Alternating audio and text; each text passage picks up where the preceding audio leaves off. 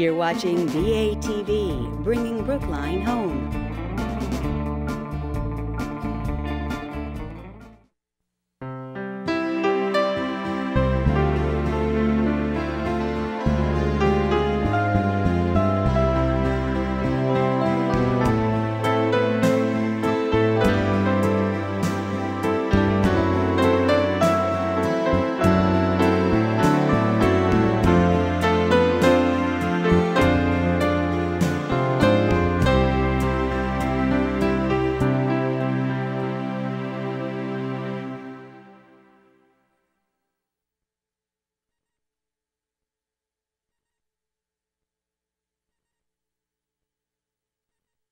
To Alivelihood, New Adventures as We Age. Today I'm going to introduce you to Koenig. Karen and I are old friends from a long time ago. We actually met when we were working out at a local gym. And Karen has gone through a number of transformations that she's going to want to tell you about. So welcome. Welcome to you. This is wonderful to be on your show. I'm know, delighted. I'm so pleased we got you up here from Florida. Yes, yes. I'm delighted.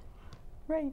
So you and I knew each other a long time ago, I think when you were an educator, still, yeah. Yeah. And then you went back to graduate school and you became a psychotherapist, right? A social work psychotherapist. First, I got a master's in education, and then I realized if I was going to do serious counseling, then I went back for an MSW. Yeah.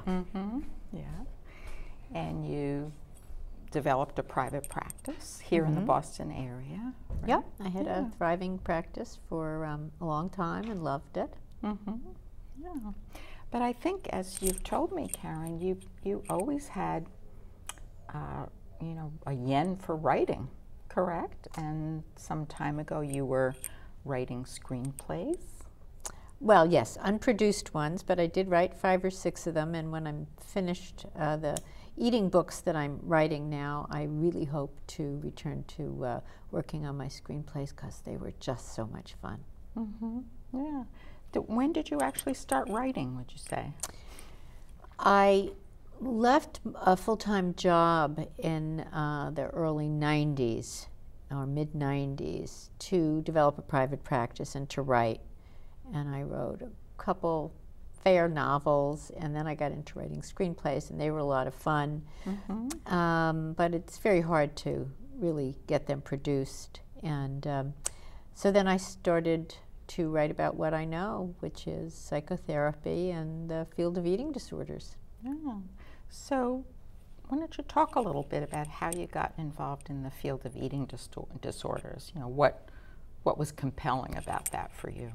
Well, what was most compelling was that for much of my life I had had my own struggles with food. I was either dieting or I was overeating and binge eating. And so... Would this be starting from when you were a kid or what? Oh, I have this diary from, you know, I wrote when I was 16 years old, you know, great day, ate 1 apple. You know, and then there would be days that I didn't write about, of course, because that was when I was eating everything in the house. And then you hear another, you know, only ate 300 calories. So, I struggled since I was a teenager. Yeah, so you were very restrictive eater at some points, and then other times really a big binger. Yes, yeah. So, what did you call yourself, a world-class? A world-class binge eater. Yeah, I was, you know, right up there. I could have entered the Olympics, even though I'm tiny, and I did weigh more then, but I could put away an apple pie, you know, a dozen donuts at a time. I just had really, even if I had a sense of when I was full, I overate. And, you know, in part that was because I was always dieting and restricting. So I went through my own metamorphosis with eating and transformation through therapy and reading books about how to eat according to my appetite, and work through my own problems, and then sort of that melded with my interest in being a therapist, and so I attracted clients who were also struggling with these issues, and so I'm able to, you know, quite successfully treat binge eating disorder, chronic dieting. Yeah, and people must trust you because they know that you've been there. Yes, in part they trust me because they know I've gone through it, and I always say, I'll never ask you to do anything that I didn't have to do. And look, I've survived it. So they know that sort of, you know, going into the muck of it, you do come out. But I think they also trust me because of my books, you know, and they read my books and they feel like they know me. And my books are very folksy. It's like sitting down and talking with me. So Exactly. it really, that creates the bond, I think. Right. Yeah. So let me just go back a little bit, Karen, because as you know, I'm a psychotherapist myself, and one of my specialty areas has also been working with people with eating disorders. Although I don't think I would say I've had an eating disorder. I've had a pretty normal relationship to food, I think, and generally I like all different kinds of foods and tastes and textures. So my sense is that that's what you mean by developing a normal relationship to food.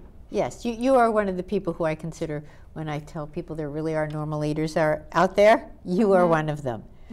I even remember once going to lunch with you a couple of years ago, and you said, well, I can't eat a big lunch because we're going out for dinner, and we're going to have an early dinner, you know, but you didn't starve yourself, and you didn't order, you know, just the salad. You know, you ate what you wanted, you left what you didn't want, and moved on. So yes, I've always thought of you as a normal eater. Yeah, but as we said, there probably is a very different sense with your clients and also people who read your books, because you're out as being someone who herself evolved from being an abnormal eater to being a normal eater. Or what I like the words, people use disordered, and I don't care for that so much, regulated and dysregulated, because I think it has to do with a system that gets dysregulated.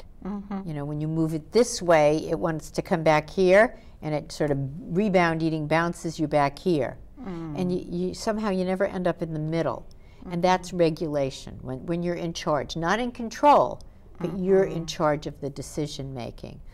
And yeah, you know, I probably see things, and you'd have to tell me if you think this is true, because I know you do treat people who have eating problems, but you've not had them. But I think I probably see things, maybe a few more things that you might miss, the same as I might miss things that, you know, that you can relate to more personally. So it really works very well to have both the personal side of it and the professional side of it. I really couldn't ask for more, but I often think to myself, you know, who would possibly have imagined back then, when I was in the throes of it, and I had such a terrible relationship with food, that now I'd be talking about it, writing about it, and have become an expert. Yes, yes. So that's sort of also interesting when we think about life being a certain way. I've always just let mine evolve. I don't say, well, I want to be this or that. I just let it happen, and or make it happen. But so I think that people who do have problems, if they can look at it as this might, you know, who knows where their problems are going to lead them. You know, maybe to something very positive in life.